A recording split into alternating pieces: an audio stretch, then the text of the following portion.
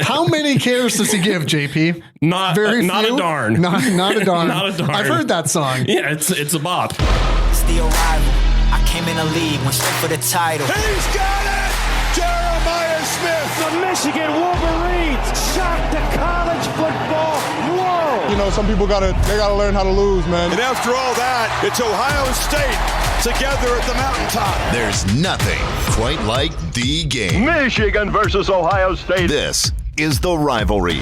Proud to be part of the Varsity Network from Learfield and sponsored by Elevated Integrity Construction. Life is pain and sports are fun.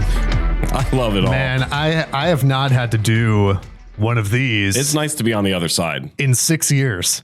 You weren't even on the podcast yet. It's the first one since joining. It was like season 2 where I had to do this with shout out Mitchell Wilson. Why did you point over there? I don't know. I imagine. You know how sometimes like people are like, oh yeah, like we've put out a seat for Jesus at Christmas sort of thing. Do people do that? We set up anyway for the game. Anyway, it's fine. I haven't had to do one of these in a while, okay? And I don't really want to be here. We can tell. Oh, I thought about texting you for some tips because you've had a lot of experience. But here we go. This is your day. It's the Rivalry Podcast. My name is Jace. That's Mr. JP. It's Michigan and Ohio State, the greatest rivalry, not just in college football, but in all of sports, from River Radio Ministries, presented by our friends at Elevated Integrity Construction. Now, typically, we would start with a little bit of a wheel route question here. Is that where you want to start today? Do you want to start with the greater landscape of college football, i.e. Lane Kiffin to LSU, or do you want to just jump right in? Let's jump right in a little bit. Okay. I was at the game in Ann Arbor this past Saturday. First time being there for that game. First time being pressed for that game. Normally, I'm on-field credential, getting photos, which aren't you videos. Lucky you weren't this week with how bad that snowstorm was? Kind of, but then I missed out on making snow angels with Ohio State at the end, which would have been really awesome. I hate this. And so it was my first time getting to kind of take all that in and getting to take in, like I've been to Columbus, I've been to the Shoe when Ohio State's played that team up north. And so this is my first time going and actually taking it in from the opposing viewpoint.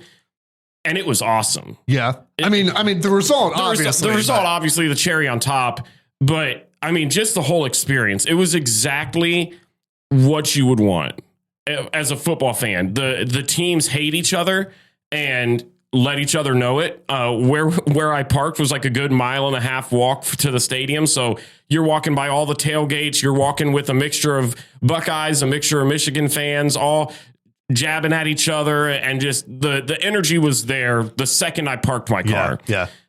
You get into the stadium, and I'm sitting in between an obvious group of Michigan reporters. Don't know where they were from, who they were affiliated with, anything like that, but they were very clearly there to support the Wolverines, and they had no idea who I was there, because as much as I am an Ohio State fan, I am a professional. Yeah. So I don't like go into the press box repping scarlet and gray and like we got our rival pod polos and stuff like that. I mean, we're there to, you're a fan, but you're there to work. 100%. Yeah. And while we've joked numerous times on this podcast, like we brought up the Cade Stover Penn State thing, I am not sitting back there like screaming my head off, yelling.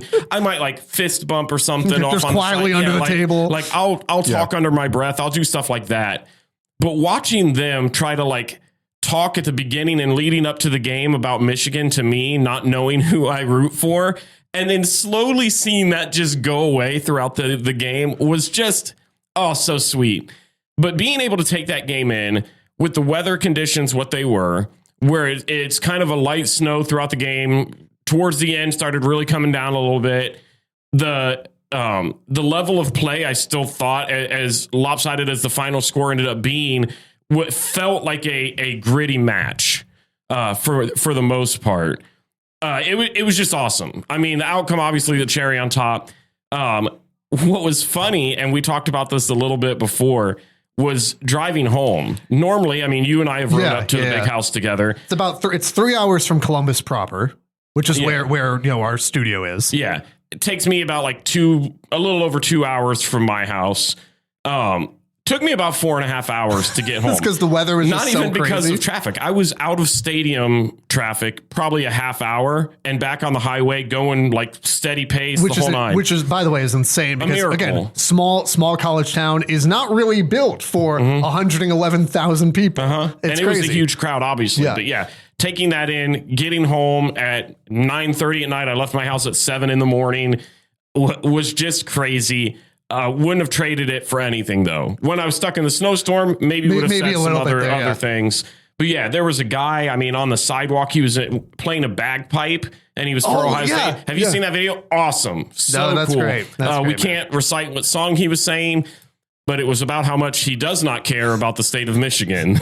How many cares does he give, JP? Not a darn. Not a darn. Not a darn. I've heard that song. Yeah, it's a bop, as the kids would say. The reality is that obviously we'll get into the nitty gritty of the game. Obviously, I'm bitterly disappointed about the result of this And I game. love You're that for ecstatic, but there is something to be said about you do have to, as a college football fan, kind of remove your fandom for a minute and look at that game and go, that is college football. The snow, the hatred, the atmosphere, and even again, this is why we love college ball. Even if it didn't go your way this weekend, that the rise and fall of the emotions, the celebration, everything about that game. Just as much as I hated it, everything about that game objectively is what's great about college football. And I think what makes it so good, and then we can move on to wheel route, is that there's still, even despite all of that, there's still a level of respect.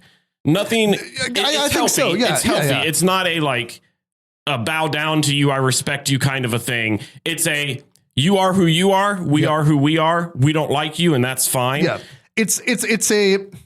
So I wasn't planning to use this example, but it's just coming to mind here. So I promise this connects in my home when we're celebrating Advent, and we do Advent candles every night.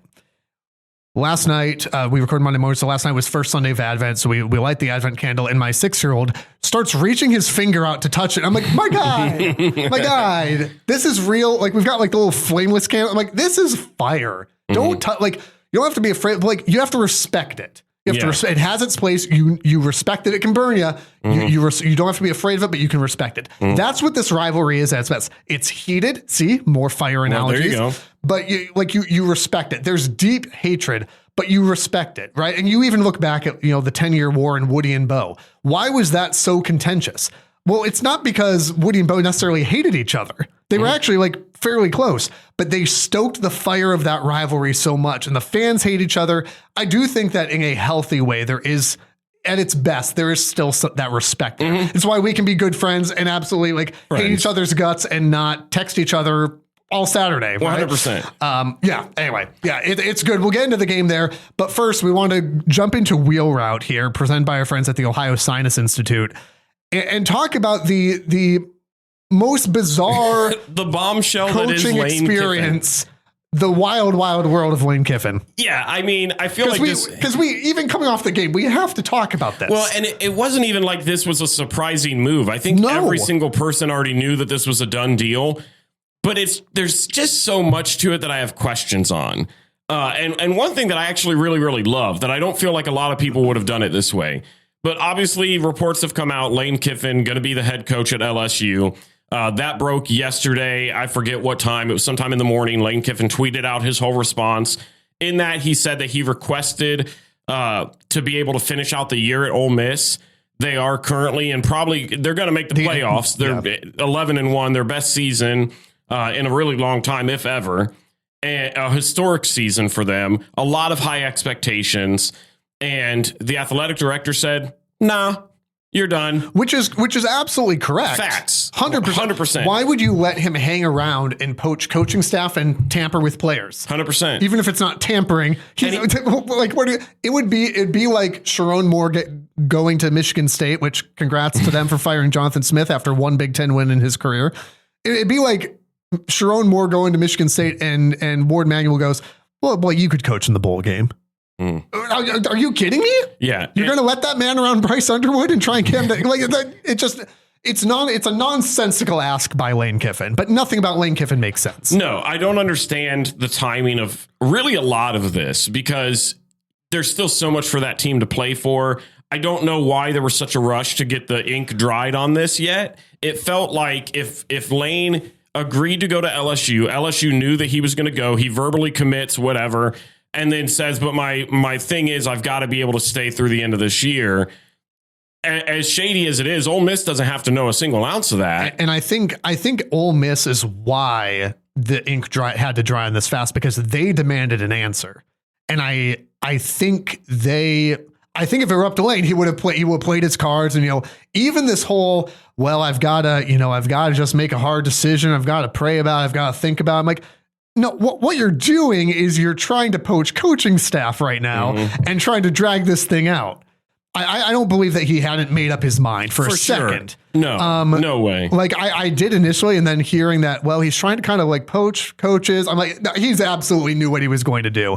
I think Ole Miss said, we're not going to let that happen. So you need to just like figure it out now. Yeah. And I think they were more than gracious, letting him do the Egg Bowl, get through that. And the players on Ole Miss, I mean, understandably so. There's a point in which I understand for Lane Kiffin. You have to make the move that you feel like is going to be best for you, for your family, for whatever. I in one sense, don't begrudge that. But I also, if I'm Trinidad Chambliss or I'm one of these Ole Miss players, that's the only Ole Miss player I know. If I'm one of the Ole Miss players, you understand the frustration. Your coach just quit on you. Best season in Ole Miss history, your coach just quit. And if you think that doesn't light a fire under Ole Miss that they didn't already have, Ole Miss just became an even more difficult out than they were already going to be. 100%. By the way, in case you were curious, LSU goes to Ole Miss next year. The game's in Oxford. Whatever day that lands on. Circle it. Do not have a wedding that day. Don't invite me to anything that day. Just go ahead and cancel all plans for 2026 until we know what day that game is. Basically the middle of September until the end of January. Don't invite me to stuff on a Saturday. I just ain't going to be there. This should not be new information. I actually love what Ole Miss did, though, by playing that hand, because I feel like that's not the norm, and it should be. Because a lot of people, I saw this all over social media, where people were kind of half and half on this was the right call, they should have played their hand, and then the other side that are idiots and were saying they should have just let him finish out the year, now we're screwed, all that. I like that they played the hand of, we already know what you're doing, we're not going to let you completely leave us a dumpster fire, so just go on ahead and get. And I love that. I feel like you don't see that kind of a backbone in college football now, where the big names are the ones that get to be the decision makers, that get to hold all the weight. Ole Miss took the reins back a little bit and said, yeah, we've got a game plan, and you saw that because the same day they end up promoting the defensive coordinator, Pete Golding, to the head coach position. Not even like an interim thing. Yeah, just say, this is the guy. Handed right over. Programs don't just do that on a whim. This is something they had thought long and hard about when Lane Kiffin goes, which was probably inevitable anyways at some point. They had a game plan ready. They had been thinking through this. I understand Lane Kiffin leaving. LSU, I think, by name alone, is a bigger program. It's not even close. It's probably the top job in college football. I don't even know if it's close. One of the top three. I don't even know if it's close. It's the top job in college football. It's the top opening right now, for top sure. opening. The NIL deal that LSU is going to be able to bring in to help him get players there. You're playing in the SEC still. I mean, it checks all the boxes for a guy wanting to be an elite level coach. Checks all the boxes. But yeah, Lane Kiffin, no longer the coach at Ole Miss, going to LSU. Will not be coaching the Rebels throughout the rest of the season, and we'll see where that goes. Was the official statement from Ole Miss, go on now and get? I hope. I really, like, I want one of those, graphics where it's like the official statement, go on now and get, and it's just a sign, by whoever the AD is. Oh, man. Whatever. The first playoff game is going to hit so hard when the amount of signs that. Oh my gosh. Just through because the roof. Ole Miss is going to the playoff. They're not going to get the bye. They're going to get a home game. In all likelihood, Ole Miss is going to get a home playoff game. That place is going to be rocking. And I'll be honest, that's one place you don't want to go. You do not want to go on the road to Oxford right now. Lane Kiffin will be watching the playoffs at home. There you go. Got him. All right. Let's talk about this game. Please. I mean, I'm gonna let you start here. I'm gonna let you kind of drive this thing. Obviously, I've got a ton that I want to get to as well. But I mean, let's just chat about this. This was, in some senses, the easiest podcast to prep for because I just wrote down every complaint that I had over 3.5 hours, and screamed into the void and just said, sometimes when you scream into the void, you just need to turn on the voice memo app on your phone, 100%, and that way you can go back and go, oh, wow. Oh, no, I can't use that one. Oh, yeah, that's good. That's what we're at. Yeah, I think when you start to talk about this game, one of the first things that I thought of immediately was that a lot of people in our YouTube comments owe me an apology this season. Because there were a ton, and I mean a ton of people all season long, whenever we talked about Michigan, whenever I talked about Bryce Underwood, that gave me crap for it, that said that I was being too harsh, that said that I was a dope in a red hat or whatever they said. And it's good that you didn't let that get to you. I wasn't wrong about a single thing I've said all season when it comes to this team. It's a team that relied heavy on the run. And granted, they had some injuries in this game. Justice Haynes didn't play at all. Marshall went down for a little bit. He came back and returned. But even outside of his initial run on the first play, didn't really do anything. Now, granted, some of that probably was still the injury, but still didn't do anything. Last week when we talked about this game, I explicitly said you can allow Michigan to have some success on the ground. You just can't allow them to completely dominate it. Yeah. And I would say Michigan was okay. I mean, they had 100 yards on the ground. That wasn't a bad day. It's not Michigan's level, but it wasn't a bad day. And I think you're exactly right too. Where Jordan Marshall clearly wasn't healthy. No. And you can get into, and we'll maybe get into this. You can get into the, well, if he had been healthy, would that have changed? It's impossible to say because it's a completely different game. Yeah. There's no way to tell because there's no way to tell what that game flow looks like. When he rips off that opening run, I thought, okay, here we go. And just that you could tell it wasn't as bad as Blake Corum trying to go in 22, obviously, where it was a snap and he just couldn't do it. But I mean, as much as I love Bryson Cusdall, I mean, your third string running back is just not going to have the same juice as your, and he had some good plays, but as overall, having Justice Haynes or Jordan Marshall healthy. No. And I don't think that would have changed the outcome, but it would have helped. But there were some things in this game that impressed me. And we talked about this last week too. And I've talked about it. If you're new here, you can go back and look at years past post and prior to this game. At Rival Pod on social media and YouTube, by the way. When we talked about Ryan Day, and this goes back to maybe even my first year on the podcast, I talked about how the mentality with Ryan Day in big games was he crumbled under the pressure. Mm-hmm. He outthought himself. He got in his own head. He made decisions that weren't gutsy when he needed to be. And I said last year after this game was a pivotal point in his career. He had a fork in the road. He could continue along the same path, or he could go and he could clean things up and he could finally learn his lesson. And he did last year. And he's done it all this year, where I felt like that focus, that insanity that kind of drives the coaches that we know that are great. I mean, you saw some of that with Harbaugh. You saw that with Moore, his first year coaching. I think when he was an interim still, for Michigan. That fire, the okay, I know who we are, stop it mentality. Mm-hmm. And I thought you saw that. I questioned it a little bit of what would happen with this game because I felt like, yes, he got it under control after the loss last year. Got it under control, obviously, for the playoffs. Had it under control this whole season. What would it look like when he had to revisit that demon? None of those, even a national champion, none of those are the game. No. Yep. And I thought there were pivotal moments in this game where he did that. And I thought there were some moments where he didn't that I wish he had. But I wrote this down, a different Ryan Day. It was in the first quarter, and he declined a penalty. It was a holding penalty on Michigan that would have set up a 2nd and 15. Yep. And instead he declined it to make it a 3rd and 5. Yep. The amount of disrespect, not only for Michigan, but for Bryce Underwood to go, I don't think you can get 5 yards on us. I thought that was a great call, by the way. And it was because Michigan did not get 5 yards and punted it. It initially, they hadn't said that it was declined initially. And I looked at my wife and I said, I think I'll take 2nd and 15 here. I said that. Mm-hmm. Like that's not, so it's not even a disrespect thing. It's a look at the way that if you feel like you are winning in the trenches, why would you give him an extra shot there, right? Mm-hmm. Why would you give him a chance to draw passing interference from Oleg Benosin over there or whatever? Like, okay, 3rd and 5 is still, it's 3rd and long, 3rd and medium. You probably take your chances there with that defense. And you had another circumstance where it was on Ohio State's first touchdown of the day where it was 4th and 5. I mean, this isn't a 4th and 1, 4th and inches type deal. This is 4th and 5. And they not only decide to go for it, but they throw a deep ball. Took the shot, it's a 35-yard shot to Jeremiah Smith for a touchdown, which I know we'll have different opinions on. Sure. Then I think second drive of the game, it's 4th and 1. And if they hadn't gotten a penalty that pushed them back to 4th and 6, Ryan Day's going for it. Keenan Holtz was getting ready to walk out onto the field for that.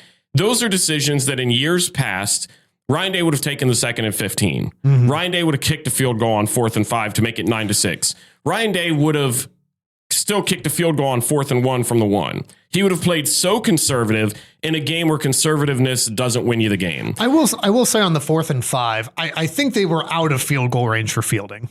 If I remember correctly, I think they were it wasn't. I mean, they were at the 35. It would have been a lengthy one, but it wasn't so much that they were in that in between where it's a very long field goal, but it's almost too close to punt. So I wasn't shocked that they went for it. I don't even know if that was the gutsiness.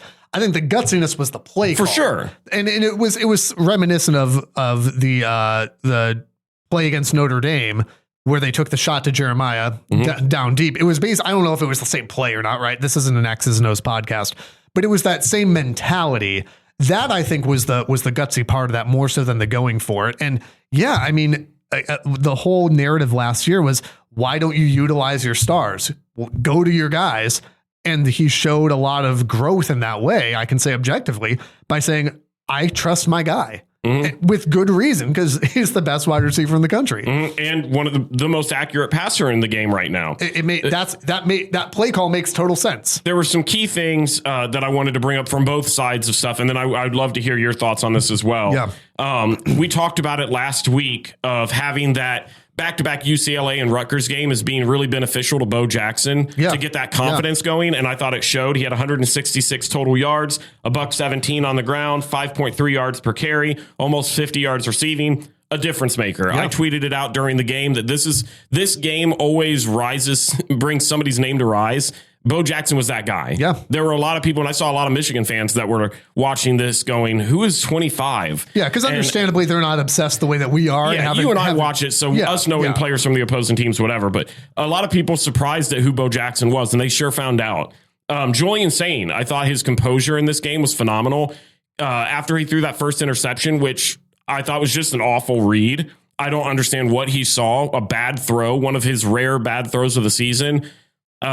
All the momentum on Michigan's side, and then he just dominated. It looked like it didn't even faze him. I mean, 19 of 26, 233, 3 touchdowns, and then 1 interception. Yeah. The guy, and I would argue Ohio State left a handful of points on the board. I think that 4th and 1, despite a penalty to push him back, I feel like they would have gone for it. Then you had another circumstance where it was like 4th down or something late in the game, and they decided to punt it there. There was also another key drop from Claire, which he's had a handful of this year, that ended up killing a drive for them. But Julian Sain's composure impressed me. To me, that was the most Heisman game of the season for him. I felt like with all the adversity, and I heard people talking about this leaving the stadium. I don't remember which broadcast I was listening to, but they said the talk with Ohio State all season was that they had never faced adversity. And they faced it in this one. Yep. I mean, not by a huge margin. It was early in the game, so they could correct those mistakes. But you go down, very first play, Michigan rips off a 35-yard run by Jordan Marshall. The crowd is immediately into it, as if they already weren't. Right. They get a field goal to go up 3-0. The pressure's on you to kind of go back and get on the attack. Second play of the game, you get an interception, set Michigan back up. They get another 3. All the momentum is against you. It would be easy for a first-year starter to come out there and be a little bit rattled, especially given the conditions, the crowd, the energy, all of that. Michigan defense hyped up. And after that, it just didn't look like anything fazed him. Ohio State's offensive line, huge credit to them. 0 sacks allowed. Yep. Julian Sain had all day. Yep. All day long. The Ohio State defense allowed 163 total yards, 63 passing yards, 100 rushing yards, held Michigan to 1 of 9 on 3rd down. And I think that's going to be the easy one to circle in one sense is third down, right? I mean, Michigan was like 12 for 14 against Maryland. And like you just said, 1 for 9 on offense. And Ohio State converted a bunch of third downs. And there were these easy little not dump off pass, but like these really short, settle down. Yeah.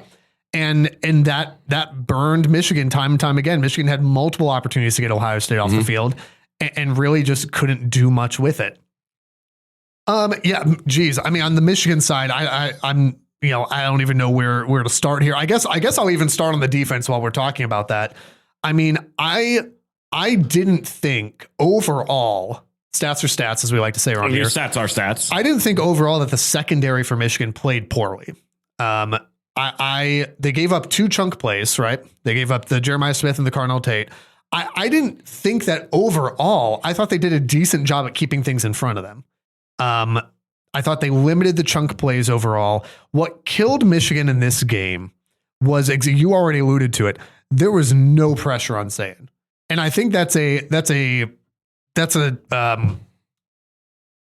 credit to Ohio State's offensive line for holding up better than I didn't think that Michigan was going to get a ton of pressure, but that had to be the game plan. Julian Sayin is just too darn good for you to let him sit back there and clean pockets. And they got very little. They got some, but very little pressure on him throughout the game, which makes it difficult, by the way, for your secondary to hang with guys over and over and over again. Again, I thought overall they did fine, but you can only do so much. If you've got give a guy like that time to throw, he's going to beat you eventually. Especially when you're covering, 2 first-round picks. Jeremiah Smith, probably the number 1 overall when he decides to declare after next season. Carnell Tate, probably top 20 for sure, maybe even top 15 guy. I'd put him top 10. Another thing that I wanted to talk through just on the Michigan, and then I have a question for you as a Michigan guy, because we briefly talked on this, but I wanted to save it for when we actually got in here. Andrew Marsh, 0 receptions, 0 yards, 0 targets. Yep. The biggest question for me, Bryce Underwood in this game. Yeah. A guy that I have harped on all season long as a little bit overrated. He's underperformed. He goes 8 of 18 for 63 yards and an interception. Granted, the interception was late into the game, but where still, you had to throw it. It was still a bad throw. Stats are stats. Stats are stats. It was still a bad throw. And you and I kind of had this discussion after the game. We just kind of shared our thoughts back and forth, but tried to save it for this. And you kind of came from the side of you didn't feel like the Michigan coaching staff really put him in a position to succeed. But my question with Bryce Underwood is, at this point in the season, where this was your last game, other than the bowl game. Yeah. At this point in the season, does it concern you at all from either side of things, the coaching staff or Bryce Underwood? Because to me, there's either 2 sides. There's either Bryce Underwood has been underdeveloped and just simply isn't there yet, or this coaching staff is failing him and they need to go. Because I don't think that both can be false. I think at this point, you've seen the tape. I've seen what I've needed to see. I've seen it. They are who we thought they were. The stats are the stats, as we say. And to me, given the NIL value that you brought Bryce in at, which was 10 to 12 million, 3-something million a year, whatever. The expectations surrounding this quarterback to come in and perform, the trash talk that he's saying, where he's going up to LeBron James and saying it's over for Ohio State and nobody's seen a freshman like me, to be in this game. And it felt like numerous times this season, this was his stat line. This is one of his worst games, but it's not by far his worst game. It's close. He's had other games with similar stats. So I'm looking at this going, okay, as a Michigan fan, which side are you more concerned with? Are you more concerned with Bryce Underwood's development as a quarterback, because either the coaching staff doesn't believe that he has it and they don't trust him enough to go out there and make those plays, which is what, to your point of saying, well, they just didn't set him up to succeed. Sure. Should that concern you at this point in the year, where you're looking at a guy that you're bringing in and paying $3 to $4 million a season to play for you, and the coaching staff doesn't even trust him in the biggest game of the season to go out there and make plays? Or are you looking at him and going, where's the development? We're 12 games into the year, and if I'm being honest, I haven't seen growth. It feels like every week I see he's had games where it's been better. I thought Maryland last week was a good game, but also that's a Maryland team that lost like 7 or 8 in a row. So it's not even a good Maryland team. It's the Maryland team we all thought they were. And so I'm looking at that going, against any ranked opponent that they played, they lost. They didn't they didn't beat a ranked opponent. All their good teams they played, they lost. Washington was probably their biggest win. Are you going to let me answer the question, or you're just going to answer it for me? No, here? I want to say my thoughts. Washington was their biggest win, and Washington wasn't that great of a team. And that discredits, I would even say, Ohio State's win against them a little bit. So I'll finally let you answer this. What side is a little more concerning to you? Are you more concerned with Bryce Underwood's ability to get developed by this coaching staff? Or are you more concerned that the coaching staff isn't willing to let go of the reins a little bit? Yeah, I mean, I think, joking aside, it is a good question. I think that there's probably a little bit of both. I think in reflecting back on it, even since we texted over the weekend, I think there is a little bit of both to this, where I do think that there is some of it that is on Bryce, where I go, man, like you should be able to make your reads better at this point. You should be able to be more accurate with the ball at this point. The fact that you mentioned the Andrew Marsh thing, that to me is the most unforgivable piece of this entire 100%. game plan. How do you not target, not even have a complete, how do you not target Andrew Marsh? Uh-huh.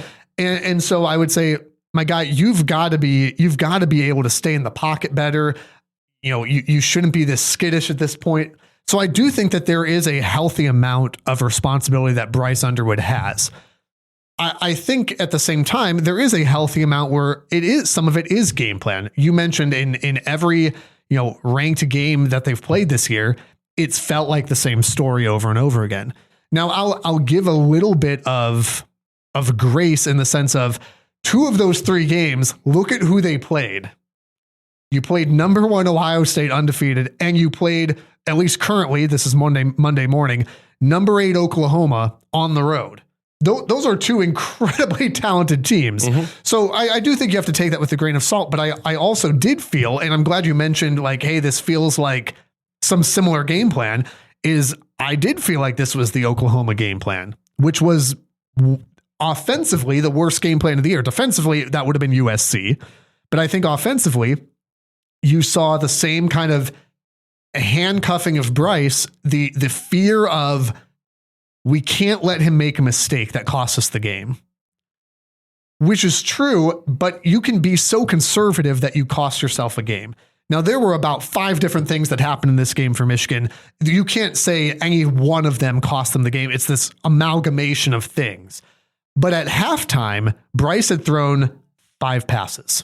Mm-hmm. At halftime, Michigan, I believe, had 4 drives in that half. He'd thrown 5 passes. By the way, he was 3 for 5. So it's not like, oh, he was 1 for 5 and we can't let him throw. He had at least completed them. Mm-hmm. He's 3 for 5 and then finishes at 8 for 18. So there's a sense in which I felt like the game plan was so conservative. And it's a balance of we can't let him make a mistake because he's extremely green. And also he's not maybe developing as much as we'd like him to be at this point. So we've got to stay conservative. But by doing that, you don't let him develop into, hey, we need you to throw the ball now. You can't just flip that switch and go, yeah, okay, we're down by a lot. You got to throw the ball on Sonny Styles and Caleb Downs now. I understand the handicap part of it at the beginning of the season. You're getting him adjusted, but being 12 games into the season, there should be more. And I think it's obvious. I don't think that's a wrong answer. There should be more development, and some of that is on Bryce. Some of it is on Chip Lindsey. By the way, I can have those concerns and still feel very confident with both of them. Chip Lindsey doesn't need to go anywhere.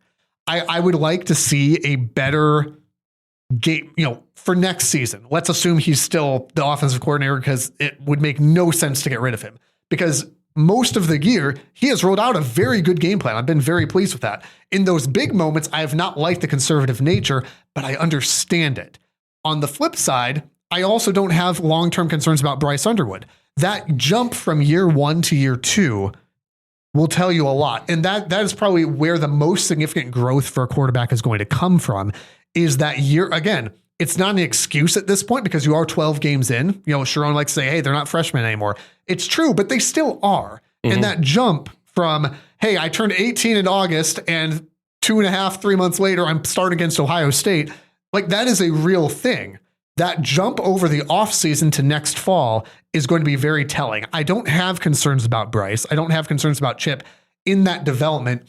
I am still at the same time concerned that I didn't see much growth from game 1 to game 12, while also understanding that growth for quarterbacks is not always linear. So that's not me trying to walk around the answer. That is genuinely my answers. I think there's several different facets at play here.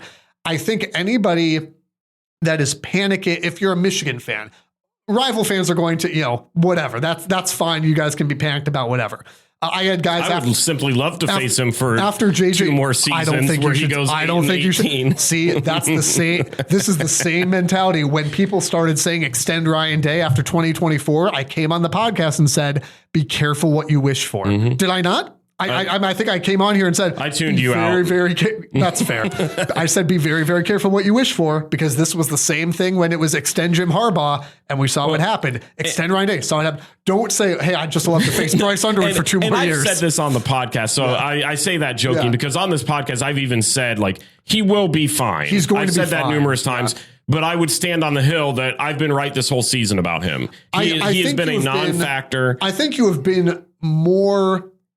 I think you have been unnecessarily harsh. I think coming off this game, I think you can look at this game, and now that you have a full season, I think you can look at it, and you have probably been more correct than Michigan fans want to admit. Yeah, I'll take that. I don't think that if you're a Michigan fan, I'll put it this way, if you're a Michigan fan, there should be no long-term panic about Bryce isn't worth it, and oh my goodness, we don't have dude is going to be a star. You got to chill. This is a roller coaster starting a true freshman. Same thing with Chip Lindsey. Oh my goodness, what are we?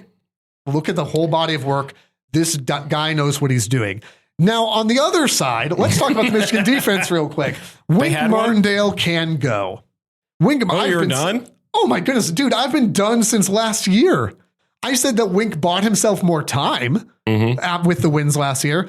What about this season? And this would be my question for a Michigan fan. What about this season makes you think that Wink Martindale is a good decision to bring back? Nothing. There was no answer for it. And again, I will grant you, Ohio State is Ohio State this year, right? Yeah. But whether it's USC or Ohio State, the best offenses we face, and on the flip side, I'll give some grace because Michigan's 2 great defenses they played, Michigan's offense struggled. I gave a little bit of grace there. But I've seen this movie with Wink Martindale. I've seen this movie for 2 years now. I'm done watching this film. Wink Martindale always felt like a rental, and I've been very clear about that. Wink Martindale has always felt like a rental. Michigan is going to be in a world of hurt if you bring him back for a 3rd year. Not only do you now have him back for a 3rd year, but that's a year under the belt of somebody else that you're not getting. There's no advantage to Michigan bringing this guy back for another year. Who are they going to go get? I'm pretty sure that after the performance I saw on Saturday and the performance I saw against USC, you're going to be okay going to get somebody else. Get a rising young buck in there, take the growing pains, whatever. Wink Martindale is not the guy. They had no push. They had no pressure up front. I thought the secondary was fine. I thought that the talent on defensive line was underutilized this year in the rotation of players. There were plays this past Saturday where guys were out on the field who made no sense to be on the field at that moment. And that's not a knock on those kids. It's a knock on Wink Martindale. What happened to Ernest Hausman? I don't know. Genuinely, I shouldn't even bring him up. Like, genuinely, I hope that whatever he's going through I hope he finds what he's looking for. I hope, obviously wish the best for him. Yeah, because there hasn't been like an official thing. He put out something, but no team announcement really. Yeah, there's been... I think genuinely, I think that's a young man who's just walking through some stuff and needs to figure it out. That's fine. That has nothing to do with Wink. I shouldn't have really even made that connection there. But Wink Martindale just does not have a clue. He's talked about, I don't even know who's on the field when I call the plays. We can tell. Yeah, we don't either. I'm on ESPN looking at the roster you to tell us that, my guy. Which brings up then, I think, for Michigan, the big question. And again, a lot of this is about coaching because I think you've hit on a lot of the offensive things, and we've talked about Bryce and we've talked about some different things.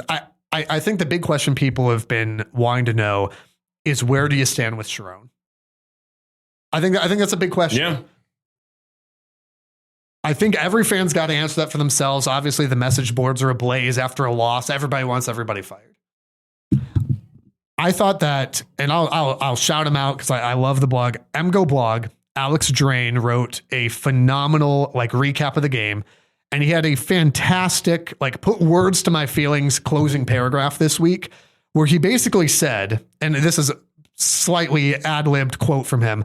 He said, at this point in the tenure, I'm not sure that Sherrone isn't the guy, but 2 years in, I'm not sure he's shown me much to say he is. I think that is the perfect place to be right now, because I'm not. Look around college football right now and tell me off this coaching carousel if it's a good idea to fire your head coach right now. Probably not. There is a line where, well, who are you going to replace him with is irrational. There's a line where it's it's time to go. Give me Brian Kelly to Michigan just so that you Absolutely get on not. Here and weep. Would never. They would never do it. But so there's this line where you go, there's a point where you go, who are you going to replace him with? And it's time. We are not there. But I'll tell you what, year 3, people have said the honeymoon's over and the grace period's over. 100% agree. You bring out the Dr. Pepper Fansville hot seat. Sherrone Moore sitting on in 2026. And I'll tell you this as well. Michigan's schedule in 26, brutal. I don't look. Who do you guys have? Versus Oklahoma. And again, at home. You don't know how these teams are going to transfer out, right? John Mateer won't be there. Will Fernando Mendoza be at Indiana? Who knows? But just given where these teams are at in 25, here's who Michigan has in 26. Home against Oklahoma, currently number 8, by the way. Home against Indiana, currently number 2 and undefeated.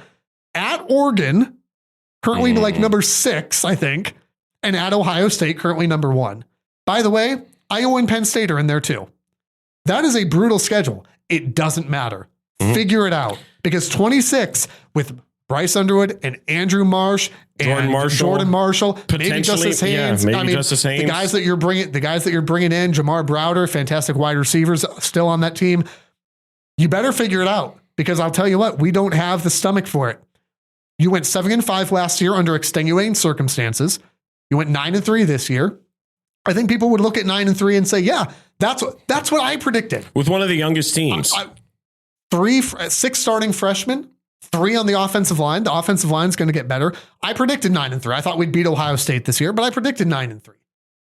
But it's how you got to 9-3 that raises questions. And I'll tell you what, 8-4, 7-5 is not a wild prediction for next year looking at that schedule.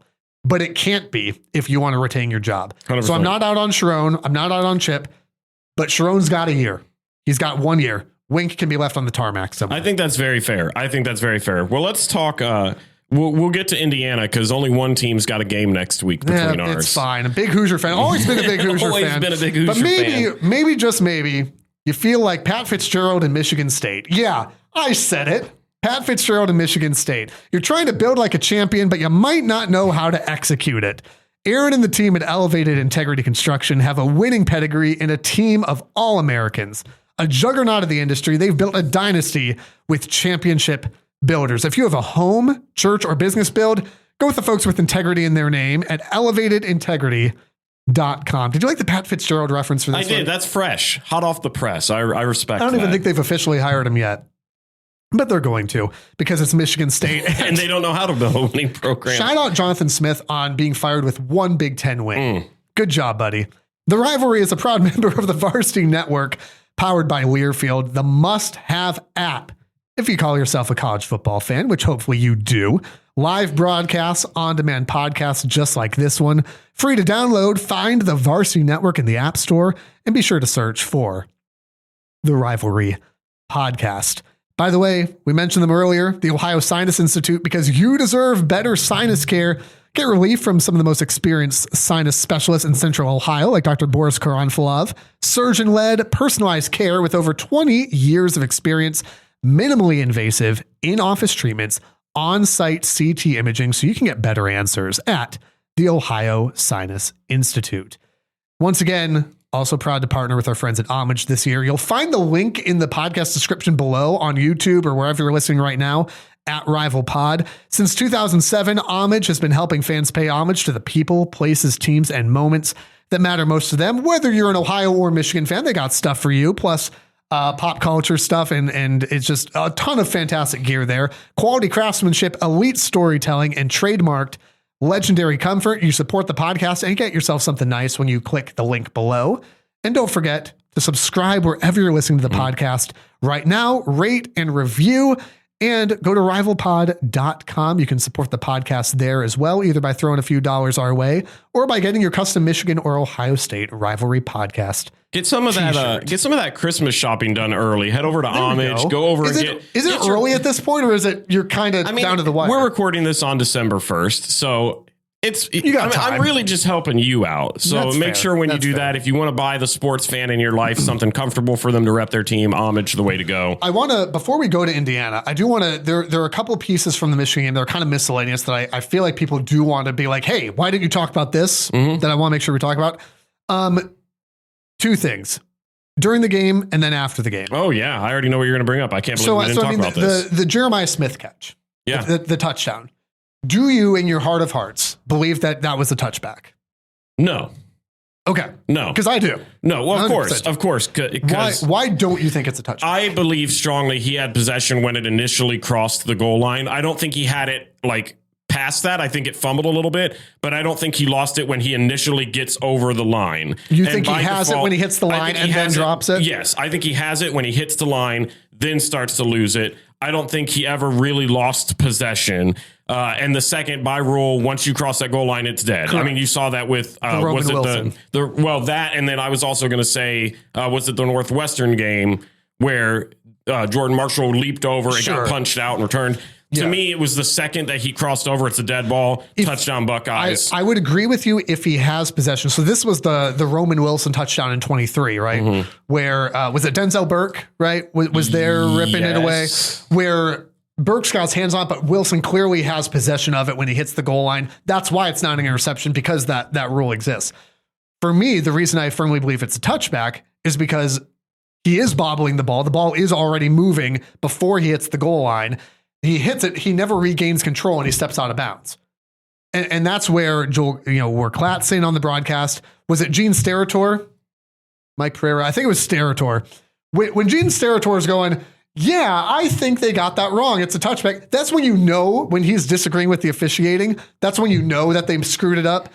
Fully believe it's a touchback because he doesn't have possession when he hits the goal line, doesn't regain possession until he's out of bounds. It's a touchback. However, any Michigan fan saying, well, that would change the outcome of the game. No, it wouldn't. No, it wouldn't. It would have been 20-9. You still lose. Like, does it change the flow of the, is there a chance that, Michigan goes down and makes it 13-3? Yeah, sure. But Michigan got dominated in the trenches. That is not the reason Michigan lost this football game. And so I'm not going to stomach excuses about, well, if this bounce had gone our way, I have mocked Ohio State fans for the last 4 years for we had the flu and all that. Don't do that. That game would not have been different. No. Was it the wrong call? I believe it was.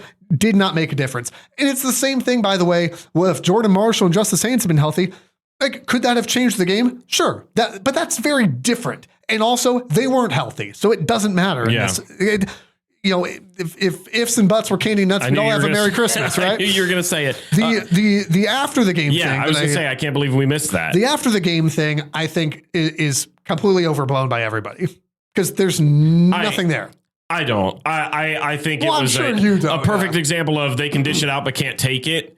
And you saw that. I mean, being in the press box, that was all I heard all around me. It was just pure salt, which is what makes this game great. Because if I'm being completely transparent, I've been there. I've been that guy. So I get it. But yeah, I mean. So if you're, I assume you're familiar, but so Ohio State wins and they're celebrating with their fans down the end zone, and Michigan just kind of waits on the M.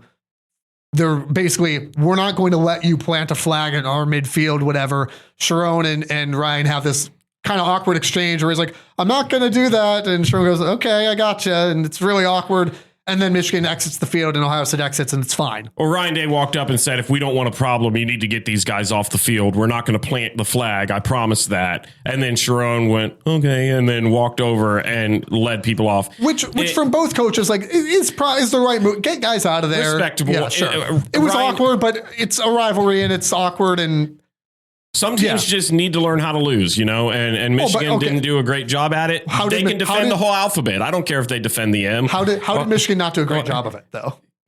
How did Michigan not do a great job of did we attack anybody? Did we? They were ready. If Ohio State would have been not the bigger person in that moment and would have the bigger person in that moment. Ohio State was over celebrating with their own fan base, making snow angels, doing whatever. That's great.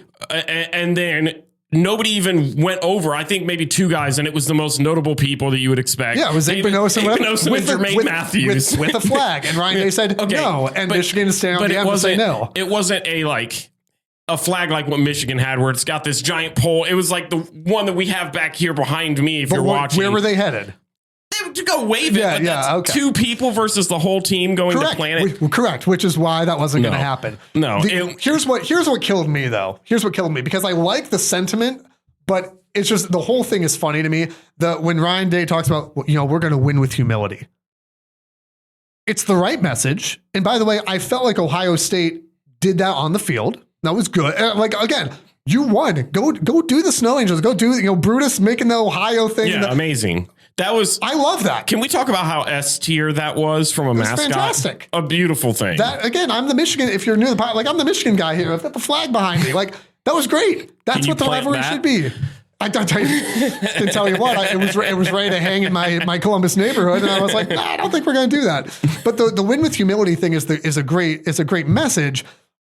But also, it was delivered almost as a shot of you didn't win with humility last year.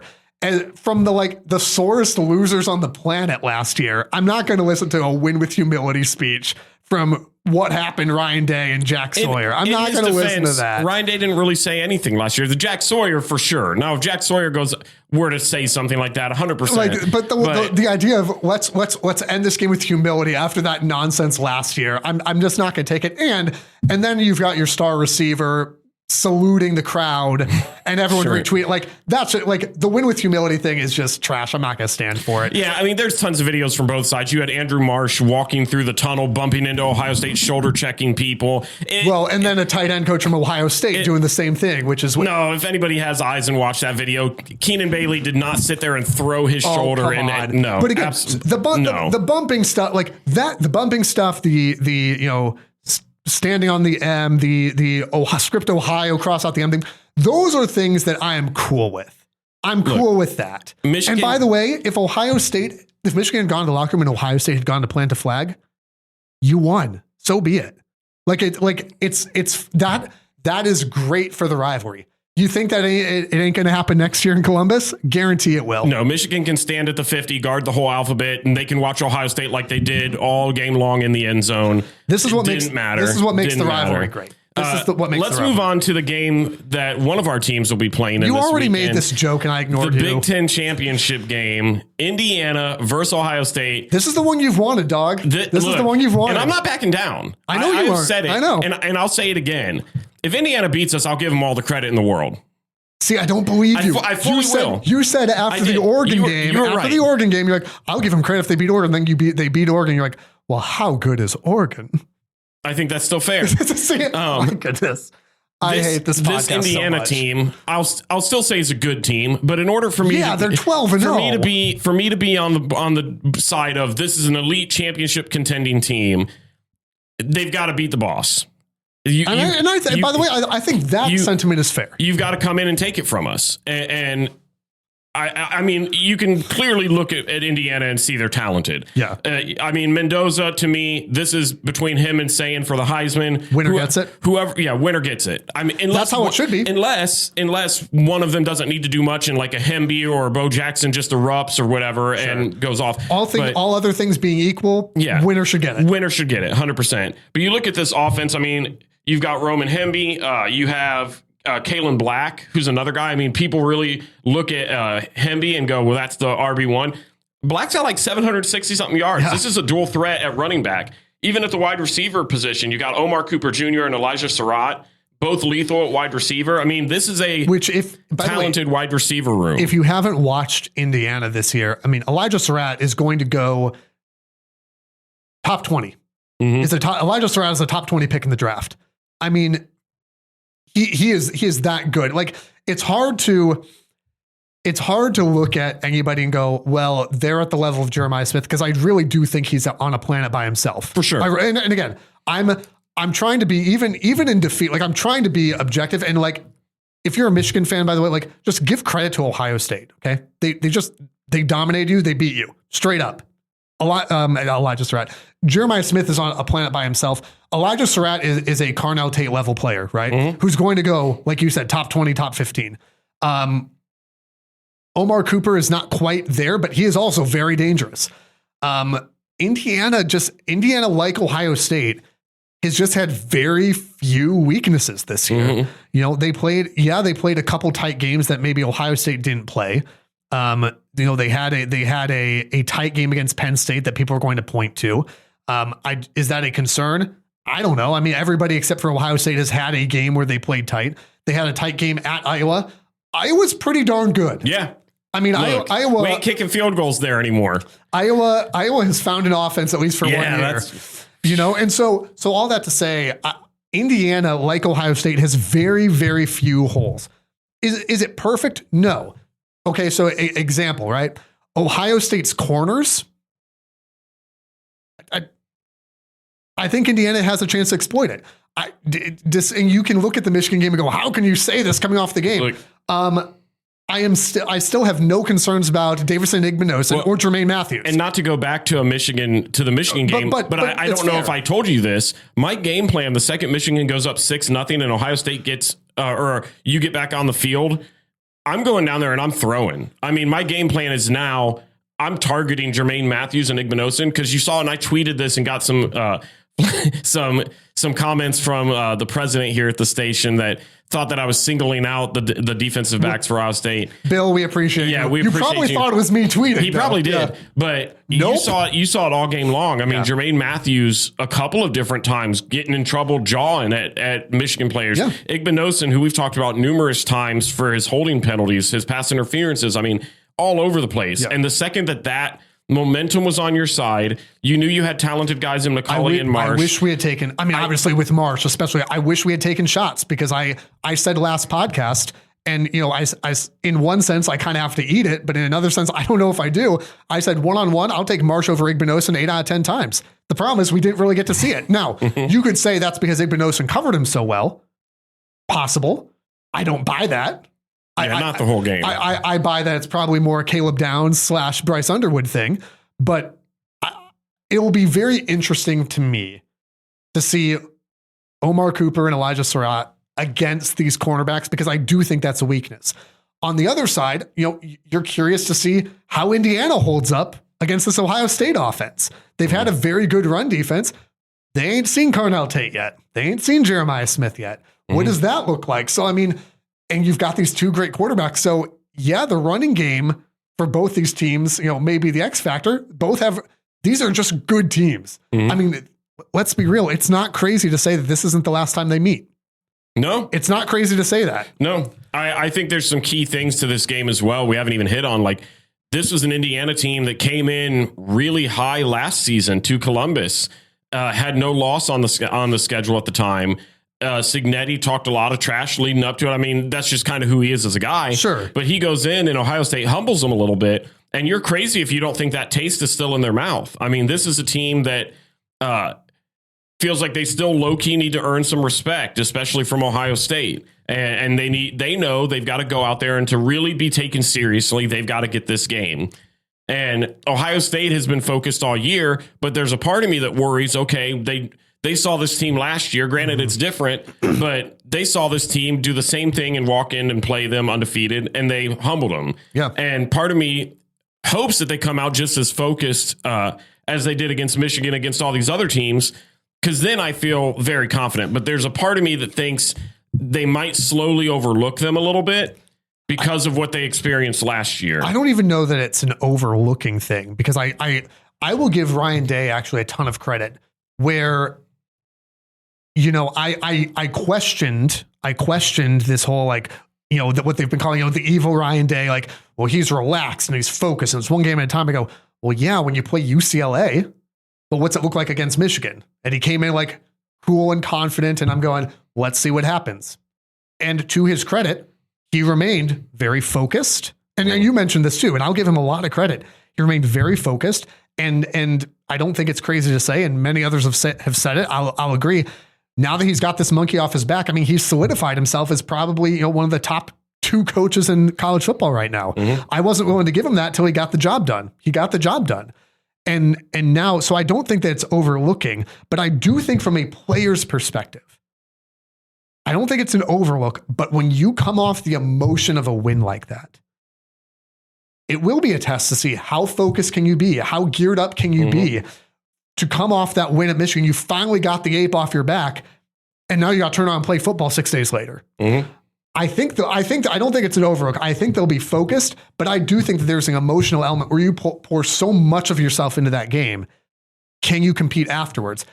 To be fair, though, I said the same thing after the loss to Michigan last year, where they turned around, at the absolute rock bottom for Ohio State, and turned around and played Tennessee so well. So we'll see what that looks like. There's maybe, there's always the chance too that, both of these teams feel perhaps that they have a bye locked up already. They probably do, but you better not count on it. No. I feel like it is unlikely that either of these teams drops out of the top 4. Even with a loss? One of these teams is going to lose. With the loss, you think they're dropping? You don't think they're dropping out of the top 4? If Ohio State lost to Indiana, I don't think they drop out of the top 4. If Indiana lost to Ohio State, I don't think they drop out of the top 4. It would depend on other games, obviously, but I don't know that I would buy like a Texas Tech sliding in there over Ohio State or Indiana, or Alabama beating Georgia would not slide into the top 4. So what do you think? This game specific, what do you think makes the difference? Who do you got? I think that, man, this was a coin flip. I mean, it is a coin flip game.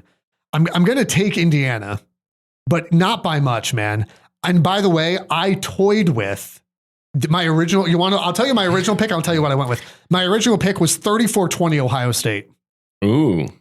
I did not do that because I just think that this Indiana defense might be better than that. I took Indiana, actually same score that I took Michigan this past week, 23-21, because I don't think you're going to score a ton of points on Ohio State. I think Indiana could get to 23. It's obviously a tough climb. I think they could get to 23. I think you could hold Ohio State to 21. I think Indiana's defense is better than Michigan's. Michigan kept them to 27. I don't think it's crazy to say, Indiana holds them to 21. What makes the difference? Razor thin margins, man. I mean, I don't even know that I could say one because I feel like these teams match up so well. You could say Fernando Mendoza. You could also say Julian Sand. You could say Omar Cooper and Surratt. You could say Carnell Tate and Jeremiah Smith. I just think Indiana gets enough margin. A bounce goes their way, an interception happens, a field goal gets missed somewhere along the way. I just think there's that razor thin margin that Indiana can walk it. And again, that's, if you're a Michigan fan, you're cheering for Indiana, right? I mean, you're pulling for the Hoosiers. You don't want Ohio State to have a Big Ten championship. You want to keep them from every goal they could possibly have this year. And you failed at the first one. So hey, sometimes you gotta have someone else do your dirty work for you. For me, the note that I wrote down here is you need to make Fernando beat you, which sounds like an insane statement, but it's true to me. If Ohio State is going to lose this game, you've got to have it be on Mendoza having that Heisman caliber game. You got to make him earn it. You can't allow these other guys. You can't allow Hemby, Black, any of those guys to be a one-man show. You need Mendoza to have a Heisman-like performance against an elite defense. You have to make to make them one-dimensional. Yeah, right? You've got to force him to play hero ball a little bit. And by the way, as an aside, call back to the Michigan game, that was one of the most impressive things Ohio State did against Michigan was, you mentioned Bo Jackson. Michigan's only hope in this game was shut down the run completely and then keep things in front of them. I thought they did okay at keeping things in front of him, but Bo Jackson had a great game. Yeah. I mean, and you saw it in that, we didn't even mention it specifically, that 12-minute drive. Crazy. Ohio State out Michigan. That's Michigan's game plan. 20 plays. Phenomenal. Just insane. Phenomenal. It's hard to beat it. I mean, this is how Michigan's beat Ohio State for 4 years. Is you just lean on them. That's how I expected Michigan to do. What I expected Michigan to do late in the game was lean on them that way. And it didn't happen. Ohio State did it.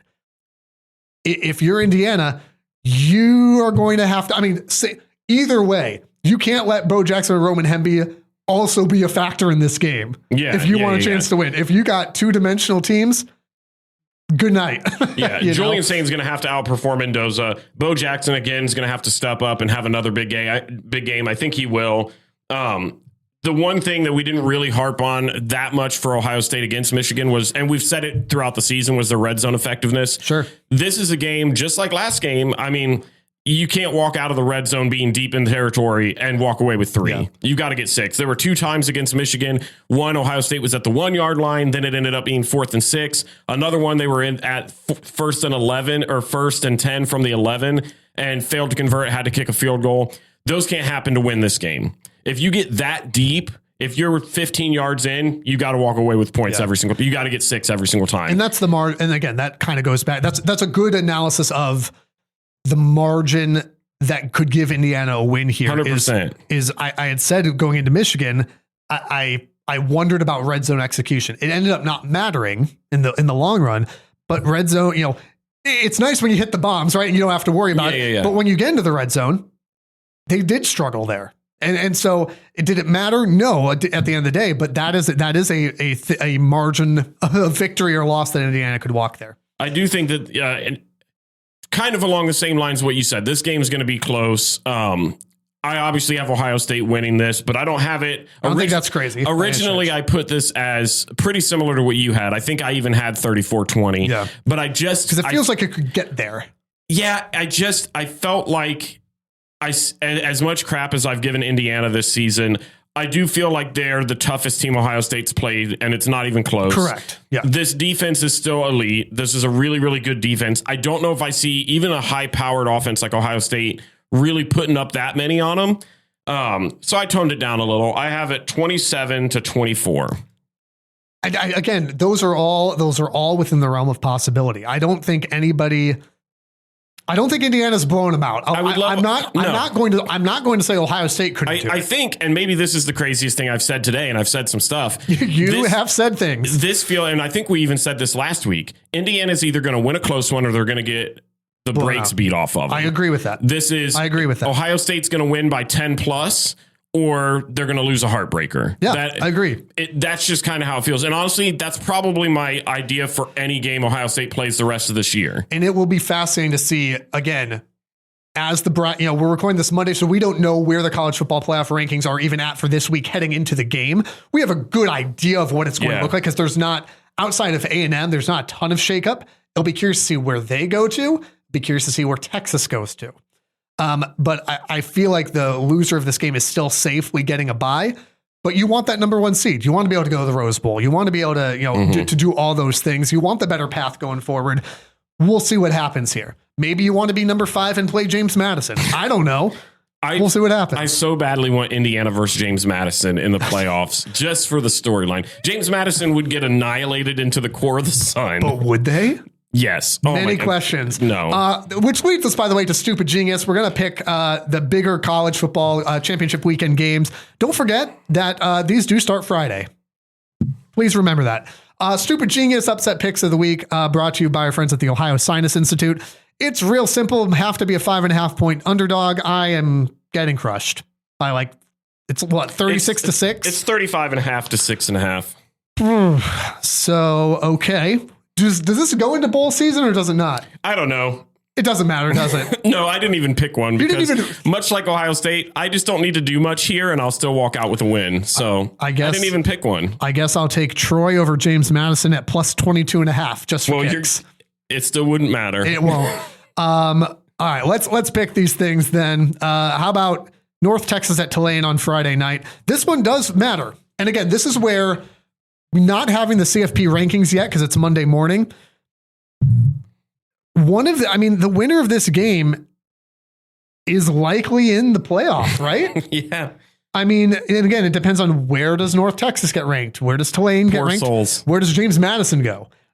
It really depends on where things shake out probably today versus even next week. North Texas at Tulane. I'm going to take North Texas in this one. I feel like they're clicking here. I know their coach just got hired somewhere else, but I feel like they want to play. I like North Texas as well. They've got an explosive offense. Don't sleep on the Mean Green. Also, their running back is the exact same name as one of my friends from college, and I just thought that was so funny. Wow, that's hilarious for everyone else on this podcast except for you. That's why I picked them. Go Mean Green. All right, let's talk about some real games here. BYU at Texas Tech. Texas Tech 13.5 point favorites in this one. BYU has to win this game to get in the playoff because they have to get the automatic bid. Texas Tech would get an at-large spot, which gets real dicey for some. If you're Texas, if you're Miami, you better cheer for Texas Tech here. See, I'm going Texas Tech for two reasons. The first one is because I've seen this film before, Correct. and it didn't end well for BYU. The second one's because I played with a very nice gentleman in a video game yesterday that happened to be a Texas Tech fan, and we talked college football for a while, and he gave credit to the Buckeyes. So I want a little bit of joy for him this weekend. Shut out, guy. I don't even know his name. What a saint. This podcast, man. If you're not here for the vibes, I don't know why you're here. Yeah, I mean, stats are stats, vibes are vibes. It's Texas Tech, and I guess I'm cheering for the random guy I played video games with. I'm kind of cheering for BYU here because I just want the most chaos possible. That's fair. Georgia at Alabama. I mean, not really at Alabama. It's really Georgia at Alabama. That's at Georgia, but at neutral site. Man, I'll tell you what. Alabama's had Georgia's number. I know. Alabama's had Georgia's number. You know who I'm going with. Bama. I don't realistically think. I do genuinely think Georgia gets it done. There's a part of me that just won't let Alabama die. I'm going to take Alabama as well. And again, this is where I'm torn, where I'm like, I would love Georgia to knock Alabama out of the playoff. But Alabama beating Georgia would just be chaos. You know what, though? It might be more chaotic for Georgia to beat Alabama and knock them out because then it's, well, who gets that spot? Because Georgia's going either way. Well, and then you also have the storyline of their head coach. I'm going to take Georgia. Change my mind. Taking Georgia. Them beating Alabama would kick Alabama out, which is hilarious, and also opens up the door for the Miami Notre Dame discussion and all that fun stuff. Yeah. And also Texas then goes, hello, remember us? Hello. We talked Indiana, Ohio State.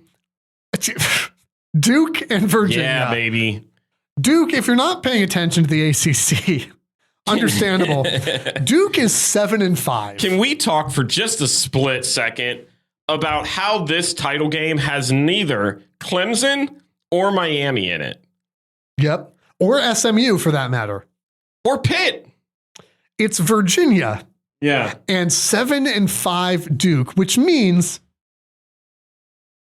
Duke's going to win. 7-8. I mean, they'd be 8-5 at that point. But a regular season 7-5 Duke has a chance to be an auto bid to the college football playoff. Disgusting behavior. However, it's not an auto bid because may I remind myself and you, good friends listening, the auto bids, if you will, are for the 5 highest ranked conference champions. It is not a Power 4 auto bid. There is a world, and Josh Pate broke this down really well. There's a Death Star scenario for the ACC where Duke wins this game. And again, maybe Duke will be ranked on Tuesday night. Again, recording Monday morning, don't know. They won't be. But they won't be. Spoiler alert. There is a world where the North Texas Tulane winner goes to the playoff, ranked, let's say, 23rd or whatever, and James Madison at 24 also goes to the playoff. And the ACC gets no teams. That is a no longer far-fetched scenario here. If Duke wins that game, there's a very real chance the ACC gets no team in the playoff. Miami could back their way in as an at-large. That's not guaranteed. Phenomenal. Just college football is just the best. And again, would absolutely, the ACC absolutely deserves 0 teams in this playoff. I'm picking Duke. I don't even care. I am all in for Duke. Will I flip over from Ohio State, Indiana to occasionally watch Duke? You will not. You best believe I'm going to check in on that. Not. I will check in on that game. I will gamecast for sure. I am not switching my television set. Well, it doesn't make sense for you to do that. Yeah. As a week-long Hoosier fan, I wish you nothing but the worst this weekend. It's fair. Please subscribe wherever you're listening right now. We are getting so close. We are getting so close to passing the parent channel on subscribers here on the Rivalry. That'd be kind of a cool Christmas gift. Like 100 away, 100 subs away. At Rival Pod on YouTube. You don't even have to listen to the podcast anymore. You probably aren't anyway. Go ahead and just subscribe there, rate, review, follow on social media at Rival Pod. We are doing our best to be in Indianapolis. Got to send a couple of emails to the Big Ten here and see what strings we can pull. We're trying to get ourselves there. We've been credentialed with Michigan and Ohio State all year. When you say, hi, we're a Michigan Ohio State podcast, can we come? They sometimes say, who are you? Fair enough. Fair enough. I wouldn't let you in the building either. Yeah, that's fair. They shouldn't. But be sure to follow, be sure to subscribe. Enjoy one more full weekend of college football. The Rivalry Podcast is part of the Varsity Network from Learfield and the River Podcast Network from River Radio Ministries. New episodes out every Monday. Be sure to subscribe, rate, and review wherever you're listening right now, and follow on social media at RivalPod and RivalPod.com. And if you like what you hear, share with a friend so they can listen too.